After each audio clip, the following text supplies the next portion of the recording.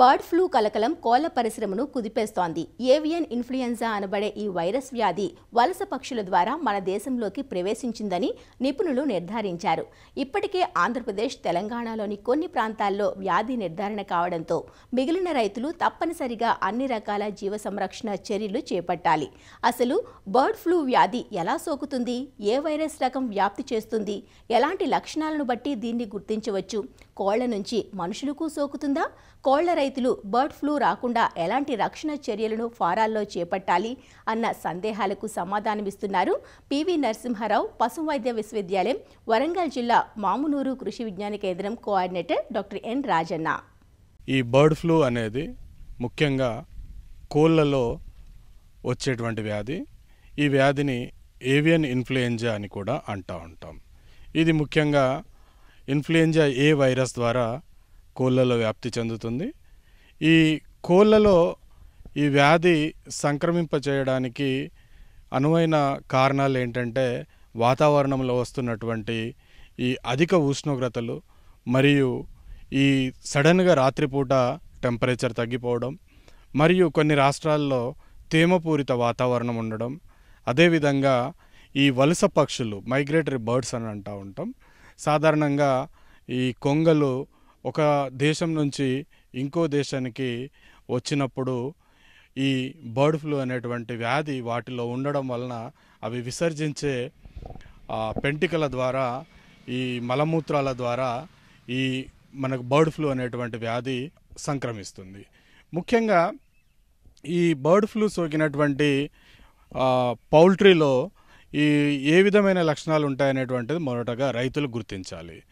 ముఖ్యంగా ఈ bird flu సోకిన కోళ్లలో వాటి యొక్క తల, మెడ మరియు కోంబ్ అని అంటూ ఉంటాము, వాటిల్స్, ఇవన్నీ కూడా ఉబ్బి ఉంటాయి.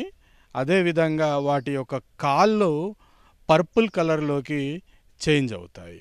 ఈ లక్షణాలు ఉంటాయి. అదేవిధంగా అక్యూట్ కండిషన్లో మనకు ముక్కు రంధ్రాల నుంచి ఈ సొంగ కారుతూ ఉంటుంది, దగ్గుతూ ఉంటాయి. అదేవిధంగా స్నీజింగ్ అనేటువంటిది ఎక్కువగా ఉంటుంది. ఈ లక్షణాలు ముఖ్యంగా ఈ H5N1 అనేటువంటి ఈ వైరస్ రకం వలన వస్తుంది. H అంటే హిమోగ్లూటినిన్ అని, N అంటే న్యూరామినిడేజ్ అని.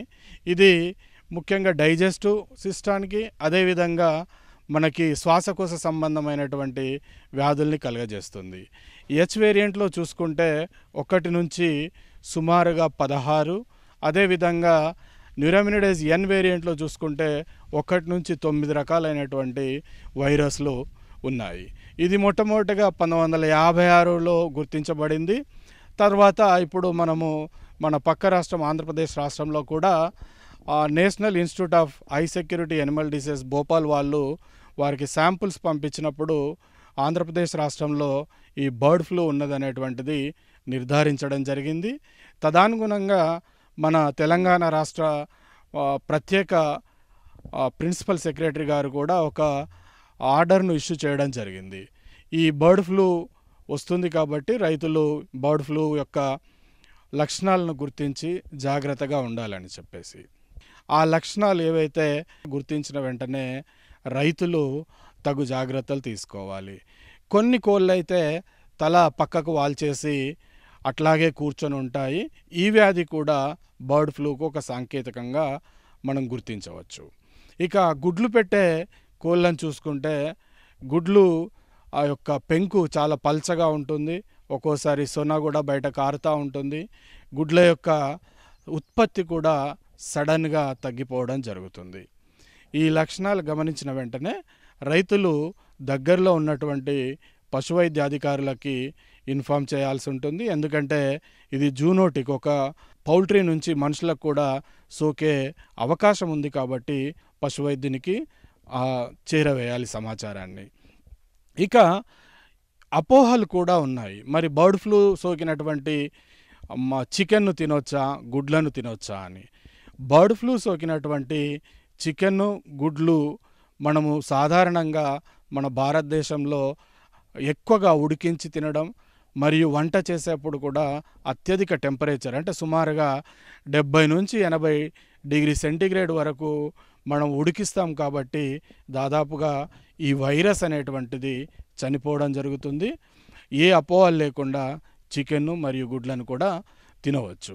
మనుషులకు ఎవరైతే ఈ కోళ్ళకు వ్యాధి సంక్రమించిందో వాటిని యొక్క పెంటికలను తీసివేయడము, అదేవిధంగా అవి విసర్జించినటువంటి మూత్రము మరియు పెంటగల్లో తిరుగుతూ ఉండడము మరియు వాటిని హ్యాండిల్ చేయడం వలన ఈ వ్యాధి మనకి మనుషులకి సోకడానికి అవకాశం ఉంటుంది.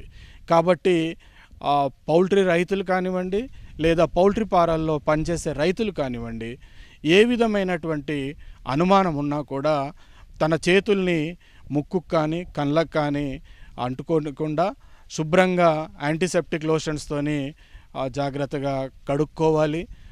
ఈ విధంగా చేయడం వలన మనము కొన్నిసార్లు ఈ వైరస్ యొక్క వ్యాప్తిని అరికట్టవచ్చు.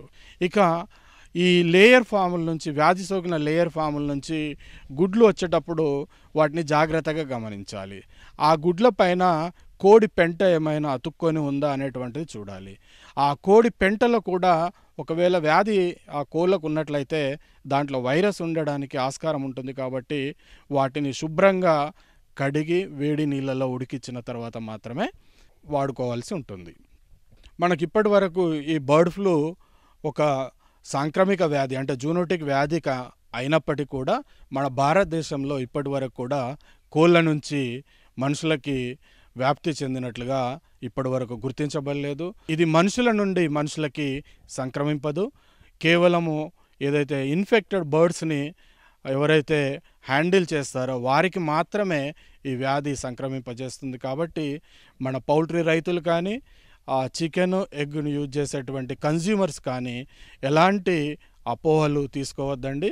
ఇక ఈ వ్యాప్తిని అరికట్టడానికి మన తెలంగాణ రాష్ట్ర ప్రభుత్వం సుమారుగా 24 కేంద్రాలని చుట్టుపక్కల కూడా ఏర్పాటు చేయడం జరిగింది. ఆయా రాష్ట్రాల నుంచి మన తెలంగాణకి కోళ్ళు కానివ్వండి, గుడ్లు కానివ్వండి, అదేవిధంగా దానా కానివ్వండి రావడాన్ని అరికట్టుతుంది. కాబట్టి రైతు సోదరులు మన ప్రభుత్వానికి సహకరిస్తూ ఎక్కడైనా లక్షణాలు గమనించినట్లయితే ప్రభుత్వానికి ఇమీడియట్గా మనము ఇన్ఫర్మేషన్ చేరవేయాలి. ఎందుకనంటే ఇది గాలి ద్వారా వ్యాపించడానికి చాలా అవకాశం ఉంది. ఒకవేళ ఒక పౌల్ట్రీ ఫారంలో ఈ వ్యాధి సోకినట్లయితే ఇమీడియట్గా 1 కిలోమీటర్ రేడియస్లో ఉన్నటువంటి కోళ్ళను కానివ్వండి, బాతులను కానివ్వండి, ఇంకా పెట్స్ని కానివ్వండి అన్నిటిని కూడా మనం కల్లింగ్ చేయాల్సి వస్తుంది. అది మనకు national institute of I security Animal diseases Bhopal వారు గాన ఇది బర్డ్ ఫ్లూ అని కన్ఫర్మ్ చేస్తే సుమారుగా 10 కిలోమీటర్ల రేడియస్లో ఉన్నటువంటి కోళ్ళన్నింటినీ కూడా మనము కల్ చేయాల్సి ఉంటుంది. కాబట్టి ఇది ఆర్థికంగా రైతు సోదరులకు చాలా నష్టాన్ని కలగజేస్తుంది.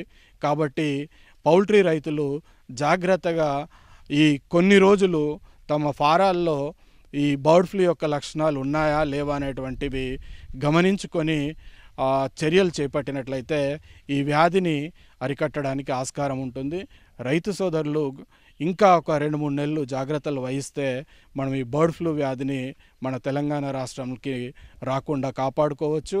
అదేవిధంగా కన్జ్యూమర్స్ వినియోగదారులు ఎవరైతే ఉన్నారో వారికి నాణ్యమైనటువంటి చికెన్ను అదేవిధంగా గుడ్లను అందజేయడానికి ఆస్కారం ఉంటుంది.